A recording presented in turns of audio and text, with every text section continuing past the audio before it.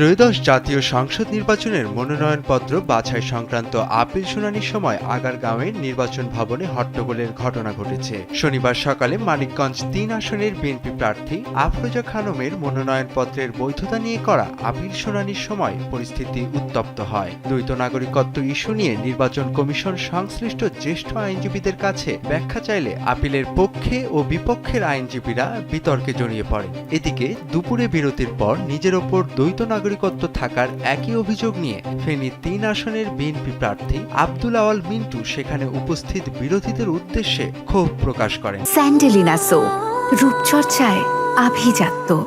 পরিস্থিতি আরও উত্তপ্ত হলে কুমিল্লা ৪ আসনের এনসিপি প্রার্থী হাসনাত আব্দুল্লাহ উত্তেজিত হয়ে পড়েন। অবশেষে আইনজীবীরা আব্দুল আওয়াল মিন্টুকে সরিয়ে পরিস্থিতির নিয়ন্ত্রণে আনেন। পরে হাসনাত আব্দুল্লাহ কমিশনের কাছে অভিযোগ করেন তিনি হেনস্থার শিকার হয়েছেন।